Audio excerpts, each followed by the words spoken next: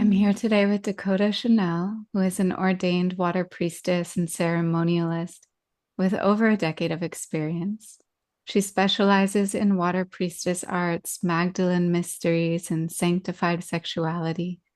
Dakota is the founder of Mermaids of the Magdalene Mysterium and the Water Priestess Mystery School. For the past 8 years, she has been leading transformative retreats worldwide, focusing on water and Divine Mother teachings. Her highest joy is guiding Magdalene and Cathar focused pilgrimages to the south of France. Dakota sees water as the elemental divine mother of us all, and it is her greatest joy to support women to align with this deep, unwavering love. She has supported thousands of women in over 20 countries to remember the sacredness of water and their bodies. Thank you for being here. Thank you so much for having me. It's a joy to get to talk with you about some of my favorite things. Yeah, well, maybe we could just start with your connection to water, how that came Yes. to be, what that means to you, how it turned Mm, into your life's work. absolutely. Yes. Pleasure. So, I always loved water. As a little girl, you could find me puddle jumping with my family. I was conceived by a lake, grew up by the ocean, and just always had a deep love for water. But that really transformed into something much greater when I was around 20. I started working at a hot spring spa in Pagosa Springs, Colorado. And Pagosa is very special because it actually has the deepest spring in the world, according to the Guinness Book of World Records. Of course, there might be deeper ones, but according to the World Record book, it is the deepest, and they haven't been actually able to measure the bottom. So I started working at this hot spring spa, and of course, soaking in the waters, being with the waters of this spring. And when I was there, I was really feeling how much I wanted to work with women. And I was considering if I was going to go to school more to start like women's rights and protecting women against sex trafficking, that kind of thing. But I had a spiritual awakening and I realized that I wanted to work with women in a more holistic context. And so I was feeling into what kind of modalities I wanted to study, working at the hot spring spa. And one day, this woman came in who changed my life. She came up to the desk and she said, excuse me, do you have Watsu here? And I'm like, Watsu, what is that? It sounds like some kind of exotic sushi. And so I told her, no, we didn't. And I looked it up online. And when I saw a woman floating another woman in the water, my heart just exploded. And I was like, that's what I want to do. I want to do that. And so from there, very, very long story short, it brought me to Oregon, where I ended up synchronistically going to the beautiful goddess temple there that was co founded by a woman, Jimana Sophia. And I ended up living with her for a little over 2 years and studying a form of aquatic bodywork with her that she called aqua mystica. And it really focused on water, not just as a substance, but water as the elemental divine mother of us all, water as mother. And from there, it was an incredible journey of rebirth, of being in the water, floating, being floated, floating other women. And it really became this journey of remembering how we are all formed inside of the water. We are water beings inside the womb of our mother before we're born into this world as air. And in reality, our bodies are actually liquid moving oceans. Like at the molecular level, our body's over 99% water. So when we start to work with water, not just as a substance or a commodity, but when we work with water literally as life herself, literally as the mother, it changes our entire life because we change our relationship to ourselves and to all of creation ultimately. So from there, I just deepened on my path for a long time, studying many different modalities and deepening with the water. It led me to Hawaii, lots of different journeys and initiations there. And I started remembering a lineage of what I like to call mermaids of the Magdalene. And to me, this is a lineage of women who work very intimately with water, externally, and also the waters of the body, and the energies of Kundalini, for lack of a better term. So, in my eyes, Magdalene worked very intimately with water, and with anointment and the waters of the body. And I guess this kind of, we're now getting more into Magdalene territory. So maybe I'll stop there, but that's just Yeah. a little intro of how I started working with water. Yeah. So I've actually Yeah, been there to Pagosa Springs, to that hot you spring. have. Yeah. Wow, how remarkable. Not a lot of people have. Yeah, it's How in the was it middle for of you? nowhere. It was, I It think it is. was winter when we were there. Okay. So quite cold, but yes, powerful. Cold and snowy. I do. Yeah, I remember being there with Michael, who's now my husband. So we were, yeah, Mm, maybe earlier in our beautiful. relationship. And yeah, we love the water too. Hot springs have always been like Oh, places where we just really fell in love. And he actually is trained in Watsu, so he would float me in the wow. water. And What a treat. Oh, yes, many memories just like looking at the stars and just feeling, wow, this is so healing. it's so romantic too when you can do it with a beloved. Hmm. Yeah. Yeah, very Um, special. yeah. And so the mermaids of the Magdalene, this just was revealed to me recently from another priestess sister, Jatem, but I'd love for you to share more about that because I just learned that the word mer means love in ancient Egyptian. I'm not sure if that's the Mhm. same um, meaning that you have to it, but yes, tell us about the mermaids, the mermaidens, the connection to mer, anything that you want to share on the ancient priestess arts of that. Yes, absolutely. There's so much. It's such a rich topic. But yes, the word itself, mer, is love in many languages, and also close to the word for sea or water. So love and sea. So to me, a mermaid is a woman who's in devotion to the sea of love. A maid, to be of service to. So to be of service to this ocean of love, really of the Great Mother. And the mermaid has an incredible ability as a symbol and an archetype to dive into water, to breathe underwater, to go to the depths. And, that can symbolize going to the depths of our emotions, of different spiritual journeys, gleaning the treasure. But then she has the ability not only to go to those depths and not die, but then to rise back up to the surface and to actually come above and to share that wisdom and share that information via her voice. So it's the ability to also go between the worlds. And to me, this is also very linked to the water. In many different spiritual traditions around the world, water is literally the portal to the spirit world. Water is, and specifically sacred springs, were places where communion with the spirit realm was a lot easier. The veils were lifted. So to me, the mermaids are symbolic. And then there's also the very practical and real energies of when we're close to water. It can sometimes be easier to access spiritual information or have different kinds of experiences because water, and especially springs, this is something I love about springs, is they go deep, deep, deep into the womb of the mother.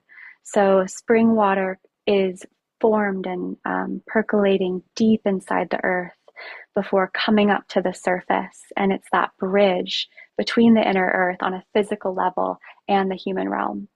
So springs are a great place to go and to commune. And there's so many incredible sacred springs in France, in the lands where I believe that Magdalene came after the crucifixion, and so many miraculous springs too, and apparitions. It's really remarkable. Yeah. Could you share Yeah. any personal experience with the springs in France? Just what has it been like for you to connect with those waters? That's a great question. So, and it's a very deep answer and one that I can't answer in full. But, I've connected with springs around the world. I've had a passion for spring water for a very long time. And I always, when I go to a new place, I'll look for springs, I'll drink the water, I'll commune with them, make offerings. But here in France, I've experienced a depth of communion with the waters that I haven't experienced anywhere else. There's something very special about the waters here. And on a personal level, I believe that, water holds memory. Water has the incredible ability to hold information, kind of like a computer, the way that she's structured. And I believe that there's certain spiritual information that's contained in the waters here, specifically in relationship to Magdalene and the lineage of Magdalene and those who came after her, her spiritual descendants, who I believe were the Cathars. So, in my personal experience of communing with the springs here, it's opened up so many different memories and remembrances of what was seated in these lands. And I've had honestly the most profound spiritual experiences of my life communing with the springs. And it's just too much to get into right now, but I am writing about it in depth in my book. But long story short is just full communion with the mother, full communion. And yeah, in such a beautiful way. So I highly recommend wherever you are, anyone listening to this, to connect with the springs in your area, to connect with the pure sacred waters, because it's purifying and it really does connect you to the waters of life and to the Great Mother. That was one of the things I love so much about living in Kauai for that year we were there was Mm, I was in natural bodies of water every day, and it's yes, so cleansing, so purifying. it really is. It's incredible. Yeah. Yeah, it's so healing. And something that's really beautiful here too is, there's so many different kinds of springs and spring water. And when you said purifying, this made me think of it. But it's really in the area, a lot of local legends say that Mary Magdalene, after the crucifixion, came to this region and specifically around the Bugarach and the Rennes-les-Bains area. And this is really close to the super famous place, Rennes-le-Château. And there's a very special spring near there that's actually a saltwater spring. So the water comes out of the earth like salty.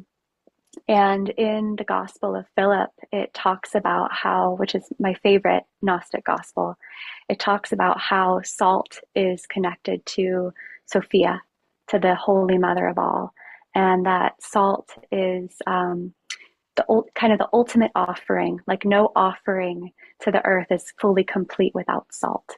It's so connected to the mother. And to me, this really also strikes a chord with us evolving, I believe, from the ocean, coming from the salty waters. And so that spring to me is so sacred and so precious. And then that flows into the river Salz, which means salt. And then also there's a sacred red spring, an iron spring, a blood spring that also flows into that river. So that river is very remarkable and special. And um, there's a lot of alchemical significance. And that's where a lot of the legends say that Mary Magdalene baptized people, specifically in that river. Of course, we don't have any proof. Some people say that Mary Magdalene didn't baptize at all. There's a lot of conflicting information. But I believe that baptism was a part of the ministry and a big part.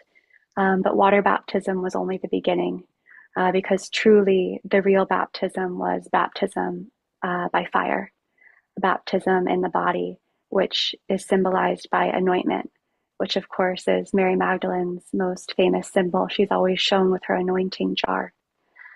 Um, so yeah, it's just the mystery is so beautiful, and the lands here are so rich There's truly so much magic. Can you tell us about how Mary Magdalene first came into your life and how you began to Mm, connect with her? I would love to. Yeah. So I feel very blessed. When I was a teenager, my mother gave me the book by Margaret Starbird, The Woman with the Alabaster Jar, the classic. And I remember because I was raised with a very Christian father and a very shamanic mother. And at that point, I was going to Bible study and everything. And I remember reading the book and thinking, oh goodness, this, I don't believe this. Like Mary Magdalene was married and this whole thing. And at that moment, as a 16-year-old, it didn't fully land for me. But everything changed as I started to work with the water and I started to connect more with the divine feminine and with the realms of the priestess. And I will never forget the first time that I really connected with the energy of Magdalene, and it changed my life truly. I was 22, and my teacher, Jumana, she was teaching at the Goddess Temple in Ashland, and she hosted an absolutely exquisite evening on Magdalene's feast day, actually, July 22nd, where it was open to the community, to men, where men could come to the temple and be honored. And there were different priestess stations. For example, there was, the mikvah of water purification. There was a woman that did anointing. And I was given the part of being inside the temple and sound and, a little bit of like energy work or light touch. And so um, in that experience, my teacher did an invocation of Mary Magdalene. And in that experience, I entered my first moment in this lifetime of trance and union with the goddess, where my personal self, the identity Dakota, just melted and merged with the energy of Sophia. And I felt the energy of Magdalene. And at that moment, I hadn't studied Mary Magdalene really, but I had this knowing that Magdalene, in that moment, it was just this divine flash like, oh, Magdalene, it was a title. It was a title for a woman, a priestess of this particular lineage. It wasn't just one woman. Of course, there was the Magdalene, but it was bigger than that. It was a lineage that she belonged to. And I felt that lineage alive in my blood, in my bones. And I cracked open. And at that time in my life, I thought I couldn't sing. Long story short, I had an experience as a teenager where I auditioned for a musical and I was told I didn't have a good voice and I stopped singing for years. I never sang in front of anyone. I told everyone I couldn't sing. And at that ceremony on Magdalene's feast day, when, you know, I felt Magdalene's presence and, my personal self dissolved and I entered that trance, I started singing in front of all of the men. And I wasn't singing. It was like I was being sung. Like I couldn't stop it. It was like this energy was bursting from me. And these sounds came through me I'd never made before in my life. It was like being in a cathedral. And I was in this trance, and the goddess just moved me around. I was singing, I was doing different touch and energy work, and all I could feel was love, like the most profound love for all of creation and how much the mother loves us unconditionally. And yeah, that moment, I really understood in my body what Magdalene stood for, what she lived for, what her mission was. And in that moment, I became very interested in Mary Magdalene and in the mysteries and started studying and reading lots of books and different things like that. So, and then when I was, oh gosh, I was 26. So ever since I was a little girl, I always wanted to go to France. I was obsessed, and my parents didn't have a lot of money. We didn't really travel, and so I was never able to go. So finally, when I was 26, I had just broken up with a long-term boyfriend, and I was like, you know what? I don't have a lot of money. that I have to go to France. I'm going to do it. And so I booked my ticket. And at that time, I had booked a retreat with a woman. Her name now is Alethea Sophia, and she has a beautiful sanctuary here near Montsegur, which is called Les Contes, which has one of the most profoundly powerful springs I've ever encountered in my life. True sanctuary. Anyways, at that time she wasn't living there; she was somewhere else. But I booked this Cathar retreat with her, and at that moment I didn't know much about the Cathars. I heard the word Cathar, and something in my soul, I was like, oh my gosh, I have to go to this retreat. Like, I have to learn more about the Cathars. Like, who are these people? Yeah, I just knew that there was something there for me to remember. So, anyways, I show up for this retreat. I'm the only one there. And I didn't know that no one else had signed up. So it turned into this whole private experience. So that was my first experience in France, and she brought me to a lot of the different sacred sites, and I had a really profound time. However, this place is a mirror and it amplifies energy. And in that moment, I was in so much heartbreak. And since it was my first time coming to these lands in France, I experienced a lot of pain of the Inquisition, of the Albigensian Crusade that happened against the Cathars, because these people were persecuted and murdered en masse. It was the only real crusade and war of Christians against Christians in history. And I felt it, and it was so hard for me, and it was so dense and so painful for me. And I left. I drove to Italy after the retreat, and I was like, oh my gosh, France was not what I thought it was going to be. Like, I was so disappointed. I was like, here I was, my whole childhood, thinking this was going to be like my dream place. And I just felt so much grief and pain and sadness. So, anyways, I honestly didn't know if I would ever come back. And I just kind of went on my journey. And then after that, at that point, I'd only taught retreats in Hawaii. But I started feeling this really strong pull that I needed to teach a water priestess retreat in Europe. So I was looking where to do it. Long story short, the place that aligned was in São Miguel, St. Michael's Island in the Azores. So the Azores are said to be islands that used to be the remnants of ancient Atlantis. And anyway, that journey changed my life. But after the retreat, the day it ended, I went to this Airbnb. That night, I fell asleep and I had the dream that changed my life. And in that dream, I was told that I needed to return to France, that I needed to connect with a woman named Esclarmonde, and that she was connected to a certain cathedral, which was connected to something called the Book of Love. So after this dream, I woke up and I was like, okay, that's a prophetic dream. I need to listen. Because in my life, I have these certain dreams where I know that I have to listen to it because it's going to put me more on my true path of my soul. So anyway, at that moment, I'd only briefly heard about Esclarmonde through Alethea Sophia, super brief. All I knew is she was a Cathar priestess. I knew nothing about her. So after that dream, I started doing all this research, and I looked up Esclarmonde, and I discovered that she was actually from this town called Foix in the south of France. And instantly, I was like, I have to go there. I have to go there. So that next year, I booked a trip. And this was, I think, 4 years ago.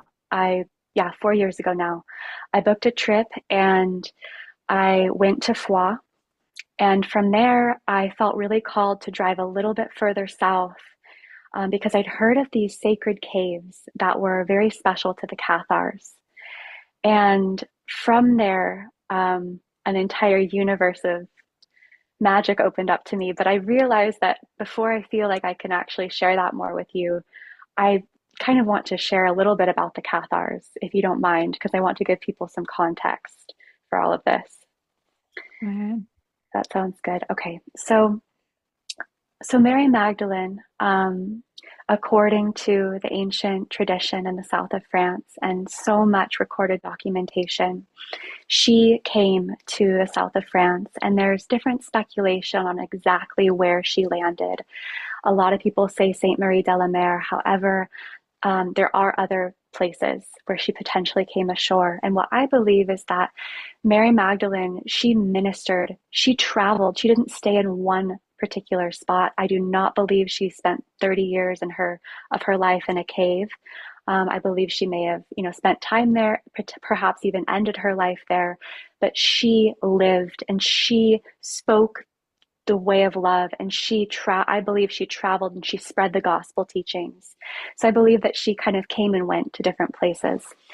So it would make sense that if Mary Magdalene, the apostle of apostles, the closest one to Yeshua, that she would have the most pure teachings of Christianity. And I believe that Christianity was never meant to be separated from the goddess, that they are truly one. And so it would make sense that Mary Magdalene, if she came and evangelized mostly in France, and she didn't come alone, she came with so many beloved friends and family, and specifically with her sister Martha and her brother Lazarus. Some people say that Lazarus was in Cyprus, but anyways, definitely Martha. And it would make sense that a specific, pure form and unique form of Christianity would have flourished here. It's only logical. So to me, that's what Catharism was and is. So the Cathars were a group of people that were a heretical group of Christianity because they did not believe a lot of what the Church of Rome believed. For example, they allowed women to become priestesses. They believed in equality between men and women. And they believed that the Roman Church was really extorting people, that they weren't living the true way of Christ. And the Cathars, they believed in, loving your neighbor as yourself, taking care of one another. They were famous for traveling and helping the sick, helping the poor, really living close to the earth. They didn't believe that you needed churches and all this fancy stuff. They believed that nature was the purest church. And there's so much more I could say about their teachings and the lineage. I'm just trying to keep this short. But one more thing that I feel is important is that the Cathars actually did not call themselves the Cathars. That was a name that was put upon them after the Inquisition. They called themselves the Bonhomme, the male version, which is good men or good women. So they just believed themselves to be good Christians, and they wanted to follow in the path of Yeshua and Magdalene. And keeping alive those teachings. And one of the main teachings that they preserved that was said to literally be passed down hand to hand to hand was their most famous rite of all, which is called the consolamentum. And this was a laying on of hands that was a kind of baptism by fire. And so this was said to be a direct transmission from Yeshua himself. And this was a very high form of initiation that you would only take it if you were truly committed to becoming what was called a parfait or a perfected one, and devoting your life to living as close to the life of Yeshua as you possibly could. So there were a lot of what were called believers, and they were not necessarily initiated parfaits, and it was much less strict. But Esclarmonde is so remarkable because she was both a princess. She was a princess in the castle of Foix, and she was also a priestess. And she lived a remarkable life. So Esclarmonde was born in 1155, and she grew up at a time when there started to be a lot of persecution against her people, against the Bonhomme. The Cathars, and she was raised, I believe, to be a keeper of the Magdalene tradition. So to me, Esclarmonde actually was a bloodline descendant of Mary Magdalene. If you believe the theory of the Merovingians, which is too much to get into in this short interview, If you believe that, then she actually is descended from the Merovingians, said to be descended from Magdalene. And I believe that Magdalene's inner teachings, the secret teachings, more of the alchemical initiatory womb gate teachings, were passed down from mother to daughter, from feminine to feminine womb. And so I believe that that was passed down from Magdalene to Sarah all the way through to Esclarmonde. And Esclarmonde's name actually means light of the world. And to me, that's what she was. She really was a carrier of the light of the flame of the Magdalene. And she was a Magdalene in her time.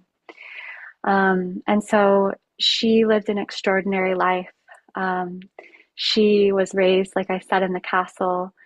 And she devoted her life to doing her best to protect her people and her lineage, and protect the treasure. So the Cathars were said to have been in possession of what is called the Holy Grail. Some people say the Holy Grail is a physical relic, a cup from the Last Supper of Yeshua, but it truly is so much bigger than that. It's multidimensional, it's a spiritual treasure. Of course, I believe the Cathars kept sacred relics, sacred treasures, but the Cathars were preserving something much more precious, something that can't be bought, something that can't be sold, something that can never be destroyed. They were preserving what I believe is the truth of the lineage itself. And Esclarmonde lived her life to preserve in devotion to preserving that legacy the best she could. Long story short, I could talk to you for another hour about her, but she was instrumental in fortifying what was the place that actually became the last stand for the Cathars. So the Cathars were beginning to be persecuted, Magdalene's descendants heavily being persecuted, around the 1200s, a little before. But then the official crusade against them, the Albigensian Crusade, was launched in 1209. And that's when they started attacking the entire army of France against these people. And they marched first on the town of Béziers. And actually, on Mary Magdalene's feast day, on July 22nd, 1209, they lit Mary Magdalene's church on fire that had, it was filled with Cathars. They'd all gone in there to hide from the approaching army. They lit it on fire. They burnt everyone alive in the church, and they massacred the entire town. And one of the most famous statements from the Albigensian Crusade was from that moment where the army general was asked, someone asked him, like, how do we tell apart the Catholics from the Cathars? Like, we can't tell the difference, and the Catholics are protecting the Cathars and hiding them. And he said, kill them all. God will know his own. So they didn't care, and they massacred everybody. And that was the beginning of the Albigensian Crusade. And it's estimated that between 200,000 to 1,000,000 people were murdered, many burned alive. And it really was a direct attack on Mary Magdalene's lineage, her spiritual lineage, and also her bloodline descendants. So that's, I know that's a lot of information. I just went on a bit of a tangent. There's so much more I could say, but maybe I'll just pause there, Mm. and then you can kind of let me know what you want to know more of. Yes. I'm so glad Yeah. this is recorded. It's like this Yeah. is wisdom that needs to be out there. Okay, I do have questions. So, in your understanding, Mary Magdalene and Yeshua were beloveds and had children, right? Yeah. Yeah. I've heard different stories around this. Sarah Tamar, right? Um, Yes. do you believe there were multiple? I've heard stories of three, of two, anything you. Yeah. There's so many stories. So many. There's stories that say that she had three children, two boys and Sarah. There's some that say she had two children, a boy and Sarah. Yeah. For me, my work has been really all the stories talk about Sarah. All the stories. it's never that she didn't have a daughter. So for me personally, and specifically because I'm so committed to the restoration of the feminine face of Christianity, I've always focused on her. So I've never tried to search or look for or study the boys or the potential of her male children. I've really only focused on Sarah. Yeah. So to me, I'm not sure, but I know in my bones that she had a daughter. Yeah. Yeah. Okay. And so the reason it was so important for them to go on this crusade and to kill these people, was it because they didn't want this information getting out that Jesus had a beloved, that, It's so much bigger than that. It's so yeah, much bigger than that.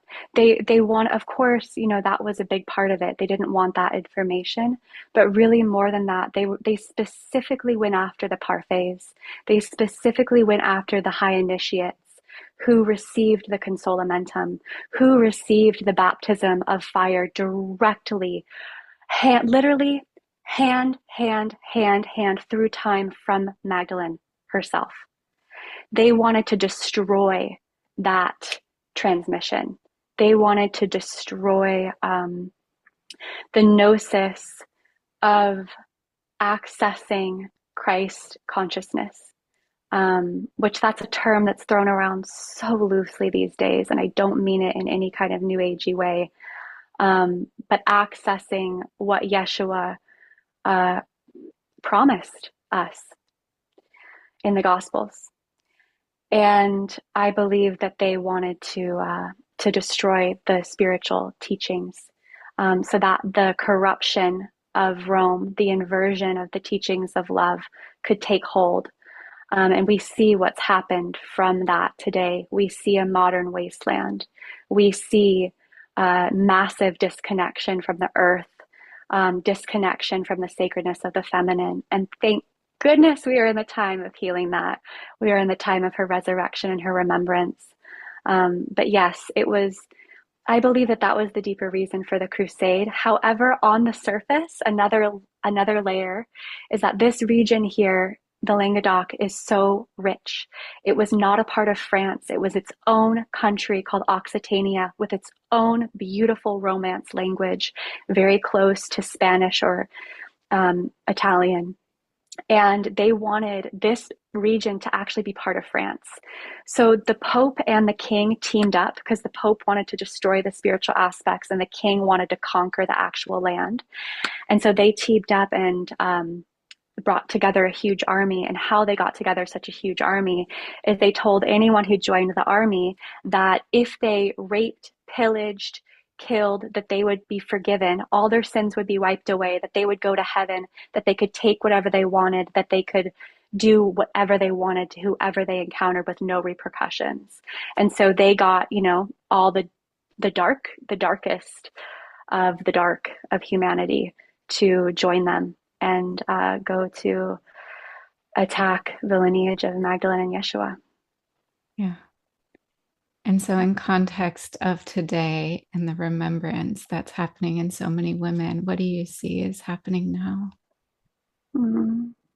I see a blooming of the seeds that Magdalene and Yeshua and that the Cathars tended and planted, bursting alive as rose petals in the hearts and the wombs of so many women.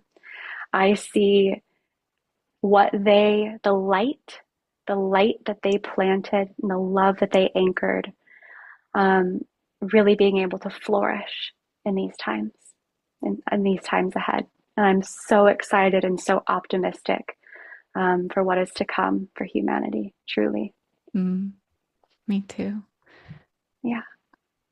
I wanted to ask you a few other questions just through, yeah, my reading of books and visiting some of these places a few months ago as well. Just, um, I did hear many different stories of, for example, the boat that came to the shores in southern France after the crucifixion. I heard stories that they were pushed off with no oars and had to kind of fend for themselves, and there was miracles that got them there. I also heard stories that it was more planned. I've heard stories of, well, the three Marys. in the church in St. Mary's de la Mer, they believe it's Mary Salome, Mary Magdalene, Mary Jacob or Jacobi, Jacobe. Yeah. Jacobe. But then I've also heard people stories saying Mother Mary. So could you Hmm. share any of your thoughts on those? Absolutely. Yeah. So while I love miracles, and I absolutely believe that Magdalene and her sister and many others performed miracles, I believe that their journey to France was very planned. In my research and study, they went with Joseph of Arimathea, who was part of the family, and he's known for being a renowned metal merchant. He was very wealthy, tin and copper, and he traveled all around Europe. He was very familiar with the trade routes and had a lot of boats. So it was very logical for him to bring them to safety after Yeshua was murdered and it was no longer safe for so many of them to be there. Then he was able to help them relocate. And I think there's a lot of different reasons why they chose France. I don't think that it was just random. I don't think they were like, yeah, let's just hop on this boat and go wherever the wind takes us. There's a lot of different reasons they chose France. I believe that they were actually had friends in France. There was a huge Jewish population, a lot of goddess temples, and a lot more things I could say, but that's the short answer. And I believe, she didn't just come with the three Marys. She came with her sister. She came with a lot of other people. A lot of the apostle, a lot of the different disciples were on that boat and all came together. Do you think Mother Mary was with them or that she went somewhere else? Yeah, that's a very excellent question. So in my like romantic fantasy in my heart, I want to believe she was there because I want to think like, oh, they got the whole grandma vibes. Like Mother Mary got to like hang out with her granddaughter all the time. But honestly, in the research that I've done, for some reason, Mother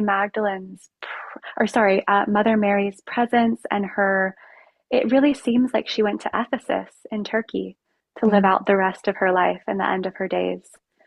Um, so Well, yeah, I haven't so much in depth studied that yeah, specifically, but the yeah, little that I have studied, that's kind of what I've uh, seen most commonly.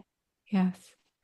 Well, I want to share just a little story of seeing one of your posts about Mary Magdalene's bones and where they are. And Yes, so I went to the cave, and then after I went to the basilica that is said to have her bones, Saint Maximine. And I went into that church, and I was like, this doesn't feel right.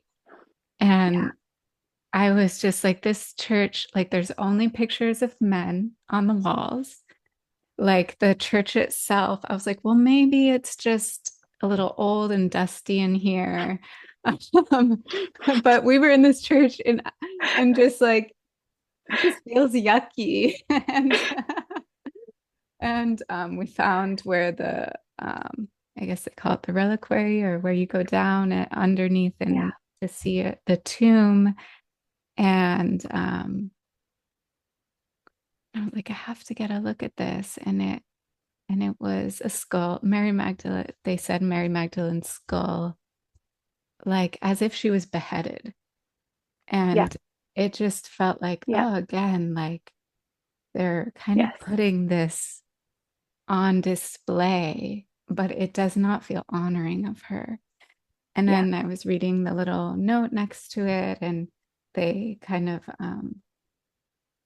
emphasized that there was a little piece missing in the skull, and that was what when Jesus said, "Don't touch me," and like it kind of, they really were not making her out to be such a holy person, and so I left and was just like, huh, like this didn't feel right. And it wasn't until I mm, saw one of your posts and you were sharing imagery of Vézelay, and I was yeah, like, oh wow. that feels more like where Mary Magdalene's bones were. So can you tell Yeah, us a little bit about that? And then I went on to learn and absolutely. discover that about the Dominicans and that they built that Yes. church and that it Yeah. was, yeah, Yeah. go Oh, ahead. it's such a big topic. First off, I just want to validate your experience. And I love that you intuitively felt that, and particularly the beheading part. This is a part I'm writing about a lot in my book because it's a really big piece. And to me, I have a complete confession that I'm happy to share publicly. I have never been able to step foot in that church. I am repulsed by the energy. To me, that is not Mary Magdalene. I Mhm. honor that people have honored those bones as Mary Magdalene for a long time. So I do believe it has powerful spiritual energy, and I respect the tradition. I respect that people every year from Provence have gone there and honored Mary Magdalene. I honor that lineage, but I don't actually believe that that's her head. Yeah. That's just my own personal, yeah. Like I said, I'm writing more about this in detail, but that church, like you said, is Dominican. The Dominicans were the people who persecuted the Cathars. So they literally were the ones who actively destroyed the lineage of Magdalene. So of course, their church would have a very specific energy around that. So what's interesting about Vézelay is that so Vézelay is more in northern France. It's a couple hours south of Paris, and it's beautiful. It's on a hill, and the church itself is the oldest place that claimed Mary Magdalene's relics. Gosh, and I'm blanking on if it was the 800. I think it was the 800s. And they said that they found Mary Magdalene's bones. They found her body in Provence, and that they brought the bones up to Vézelay. And the energy in the crypt in Vézelay, it is remarkable. It is very special, and it's a holy place, and I very much resonate with it. I believe what happened is that Mary Magdalene's bones were actually taken into hiding to be protected, that her true bones were protected by bloodline families. And I don't know today exactly where her true bones are. Um, and this is extremely controversial, but this is just my own personal belief, and I'm writing more about why in the book. But I think that it's important to validate, not everybody feels Mary Magdalene's presence in the place that people claim is the number one pilgrimage site for her. Mhm. And in my personal, experience, I've been guiding pilgrimages to France and Magdalene sites for 3.5 years now. I never bring people to Provence. I always bring them to Cathar country because here is where I really feel Magdalene's presence. Here is where I really feel her descendants. And when you go into the churches here, it's hard to go into a church and not find a beautiful painting or statue or stained glass of Magdalene. She is everywhere here, and she is glorified. My favorite Magdalene statues and stained glass and all the artwork is in this area. It's incredible. Her legacy lives on in these lands.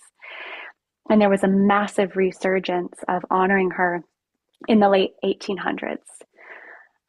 So there's a lot of beautiful stained glass from then as well. So the book, when is the book gonna be coming out? Oh, that's the question of my life. Seriously, Yes. I, I, I hope as soon as possible. Yeah. I'm aiming for next year, but realistically, it might be 2027 because this is a huge book. It's ginormous. It's, Wow. I'm really doing my best to put in everything that I can.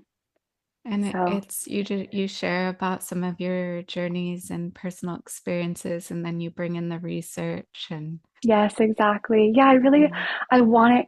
It's so important to me that it's as grounded in real historic research as it can be, because so much of the Mary Magdalene stuff is channeled and just not actually true. And Yeah. I honor some channeled material, but so much of it is just, it's just not true, you know? Yeah. So I really have done my best to balance the historical information with my own personal spiritual experiences with stories to make it engaging and interesting and not just like dry. Yeah. So it's been a journey, but yeah, I'm getting closer every day. Wow. Mm. Yeah. And I know, yeah, I'm just curious what role your future children might play in all of this, if you connect with them, if they are guiding you, if, yeah, if you feel that I role just of got mother chills. coming. Thank you for that beautiful question. Yeah. My children will be my greatest, greatest work in this lifetime. Truly. I feel them, and particularly my daughter, guiding this entire journey. It's all for her. It's all for her. So, yeah, I know I need to get this book done before she can come. Right now, this book's my baby. So Yeah. once I birth the book, I hope I get my daughter or son. I'm happy either, but I really feel her. So, yeah, the answer to your question is yes, absolutely. Yeah. Yeah. And how can people learn more about your work and what's coming up? Is there anything that people can dive into? Yeah, absolutely. So my website, dakotachanel.com, and that's where I have, yeah, all my different offerings. And then I share most on Instagram. So my handle is I am Dakota Chanel, and I post there sometimes. I used to post so much, and it's just lately it's I've been putting all the energy I used to post into actually writing this book. So I've been on there less, but I do still share about Mary Magdalene and the water and things when I feel inspired. Amazing. Any closing words or anything you'd love to leave people with? People that are feeling like this draw and this heart connection with everything you've shared, what would you love to leave them with? That's such a beautiful question. I would love to recommend that they read the book, The Gospel of the Beloved Companion, and also The Gospel of Philip. They both have incredible amounts of wisdom that will set them on a great path. Thank you. Let's just close our Yeah. eyes for a moment and just, I want to just bring it all into the heart space and yeah, just feeling the power of this mission, what it is to walk a path of being guided and offering our will to a divine will. And this path that Mary Magdalene walked, and so much that was destroyed being resurrected, remembered, brought forth in our memory, in our bodies, in the little fragments that we can learn about in books or through oral traditions, that all of this, just a prayer that it be brought forth in the most true and powerful and loving way possible. So, the deep bow. Thank you, Dakota. Thank you for doing this Mm, work. Many Thank you blessings. so much, Meredith, for that beautiful prayer and this beautiful gift. Thank you.